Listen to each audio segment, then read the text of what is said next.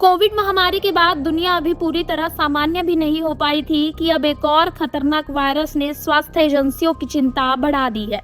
America में एंटावायरस को लेकर हाई अलर्ट जारी किया गया है और 17 अमेरिकी यात्रियों को सीधे नेब्रास्का मेडिकल सेंटर की हाई सिक्योरिटी क्वारंटीन यूनिट में लाया गया है। इन सभी को 42 दिनों तक निगरानी में रखा जाएगा क्योंकि ये लोग उस क्रूज शिप MV होंडियस पर मौजूद थे जहां एंटावायरस संक्रमण के मामले सामने आए हैं।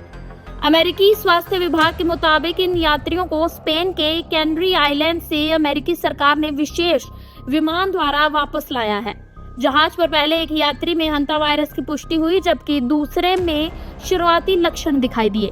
इसके बाद तुरंत मेडिकल प्रोटोकॉल लागू किया गया और दोनों को अलग अलग मेडिकल यूनिट में रखा गया। बाकी यात्रियों की लगातार जांच की जा रही है ताकि ये पता लगाया जा सके कि संक्रमण और लोगों तक पहुंचा है या फिर नहीं। ये क्रूज शिप मार्च में अर्जेंटीना से रवाना हुआ था और अंटार्कटिका के पास के इलाकों से गुजरते हुए यूरोप की ओर बढ़ रहा था। जहाज पर कुल 170 यात्री और 71 क्रू सदस्य मौजूद थे। यात्रा के दौरान अचानक कई लोगों की तबीयत बिगड़ने लगी। अब तक 6 संक्रमित मामलों और 3 मौतों की पुष्टि हो चुकी है। पहला मृतक 70 साल का एक यात्री था जिसकी मौत जहाज पर ही हो गई थी। बाद में उसकी पत्नी की भी दक्षिण अफ्रीका में तबीयत बिगड़ी और उनकी मौत हो गई। विश्व स्वास्थ्य संगठन को शक है कि इन मौतों के पीछे एंटावायरस का ND स्ट्रेन हो सकता है जो इंसान से इंसान में भी फैलने की क्षमता रखता है। दरअसल एंटावायरस कोई नया वायरस नहीं है। इसका नाम दक्षिणी कोरियन की हंटन नदी के नाम पर रखा गया है। ये वायरस मुख्य रूप से चूहे और दूसरे कुतरने वाले जानवरों से फैलता है। संक्रमित जानवरों के मल, पेशाब और लार में वायरस मौजूद रहता है। जब इनका सूखा मलमूत्र हवा में मिल जाता है और इंसान उसे सांस के जरिए अंदर ले लेता है तब संक्रमण हो सकता है। कुछ मामलों में संक्रमित जानवर के काटने से भी ये वायरस फैल सकता है। विश्व स्वास्थ्य संगठन के मुताबिक एंटावायरस की 20 से ज्यादा अलग अलग किस्में हैं, लेकिन सबसे ज्यादा चिंता ND स्ट्रेन को लेकर है क्योंकि बाकी स्ट्रेन्स के उलट ये इंसान से इंसान में भी फैल सकता है। हालांकि विशेषज्ञ साफ कह रहे हैं कि कोरोना की तरह तेजी से फैलने वाला वायरस नहीं है। संक्रमण आमतौर पर बहुत करीबी संपर्क में आने से फैलता है, जैसे संक्रमित व्यक्ति के साथ लंबे समय तक रहना, एक ही कमरे में रहना या फिर उसकी देखभाल करना। एंटावायरस की सबसे बड़ी चुनौती इसका लंबा इनक्यूबेशन पीरियड है। संक्रमित होने के बाद लक्षण दिखने में 1 से 8 हफ्ते तक लग सकते हैं। शुरुआत में मरीज को तेज बुखार, शरीर दर्द, कमजोरी और सिर दर्द जैसी समस्याएं होती हैं, लेकिन कुछ ही दिनों के बाद हालत तेजी से बिगड़ सकती है। कई मामलों में फेफड़ों में पानी भरने भी लगता है, सांस लेने में भी गंभीर परेशानी होती है और किडनी फेल होने का खतरा तक पैदा हो जाता है। गंभीर मरीजों को ICU, ऑक्सीजन सपोर्ट और वेंटिलेटर तक की जरूरत पड़ सकती है। WHO के मुताबिक गंभीर मामलों में इस वायरस की मृत्यु दर 35 से 40% तक हो सकती है, यानी हर 10 गंभीर मरीजों में से 3 या 4 लोगों की जान जा सकती है।